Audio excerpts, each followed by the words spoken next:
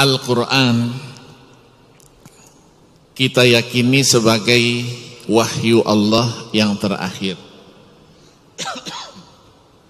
diturunkan kepada Nabi dan Rasul yang terakhir pula, junjungan Nabi besar Muhammad sallallahu alaihi wasallam. Proses turunnya tidak seperti kitab-kitab terdahulu yang diturunkan sekaligus. Al-Quran diturunkan secara berangsur-angsur. Apa hikmahnya? Itulah jawaban Allah di dalam surah Al-Furqan.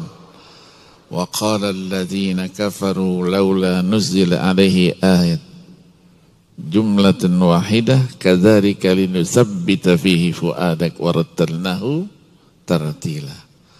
Untuk memberikan ketenangan jiwa dari Rasulullah, di samping untuk memberikan jawaban dari semua permasalahan yang dihadapi oleh umat Islam.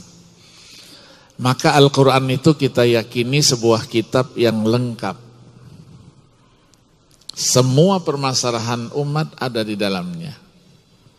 Baik umat ketika menerima Al-Quran itu pada masanya, pada masa sesudahnya, masa-masa sesudahnya, sampai kita sekarang, dan insya Allah pada masa-masa yang akan datang sampai hari kiamat.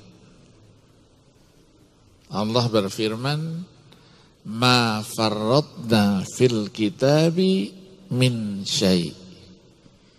Tidak kami alpakan di dalam Al-Quran itu sesuatu pun. Punnya itu dari mana?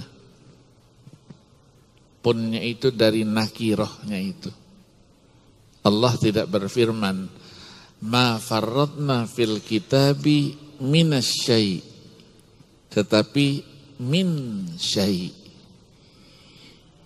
Para ulama, khususnya ulama usul fikih, usuliyun, membuat satu kaidah, an-nakiratu fi siyaqin nafi ta'ummu. Nakirah syai' yang didahului oleh ma. Nafi itu dia berlaku secara umum. Maka takwilnya apa? Walau kana qalilan au katsiran, saghiran au kabiran, hanan au mustaqbalan. Semua permasalahan umat itu ada di dalam Al-Quranul Karim. Al-Imam Syafi'i rahimahullah, orang yang diberikan oleh Allah satu kemuliaan, umur 7 tahun sudah hafal Al-Quran dan sudah paham isi kandungannya.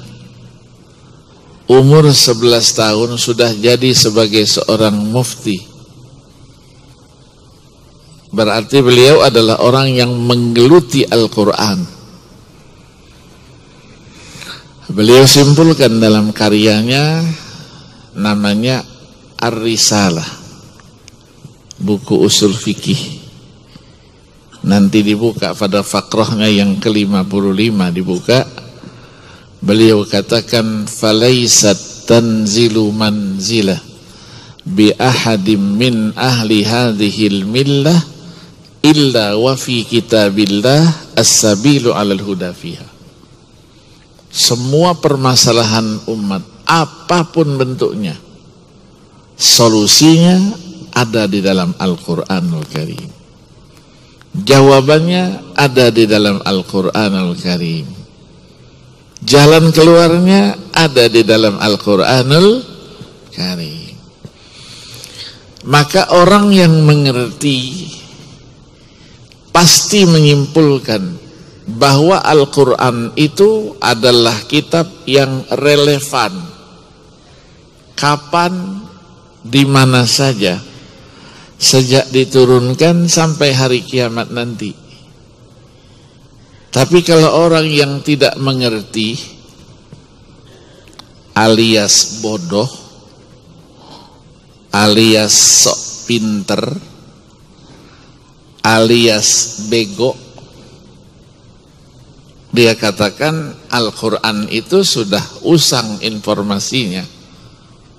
14 abad lalu yang diturunkan, sementara kita berada pada abad informasi dan teknologi yang canggih ini. Sebenarnya tidak demikian.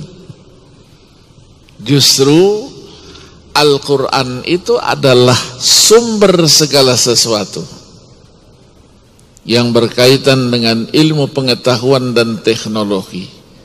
Apapun ada di dalamnya. Isyarat-isyarat ilmiah semua ada di dalamnya. Tetapi kita tidak menyebutnya Al-Quran itu sebagai kitab ilmu pengetahuan. Karena ilmu pengetahuan dengan segala perkembangannya, dengan segala teori yang dimilikinya, dia senantiasa terus berubah mengikuti perkembangan. Kalau kita katakan Al-Quran adalah kitab ilmu pengetahuan, maka Al-Quran itu dia berubah mengikuti perkembangan zaman.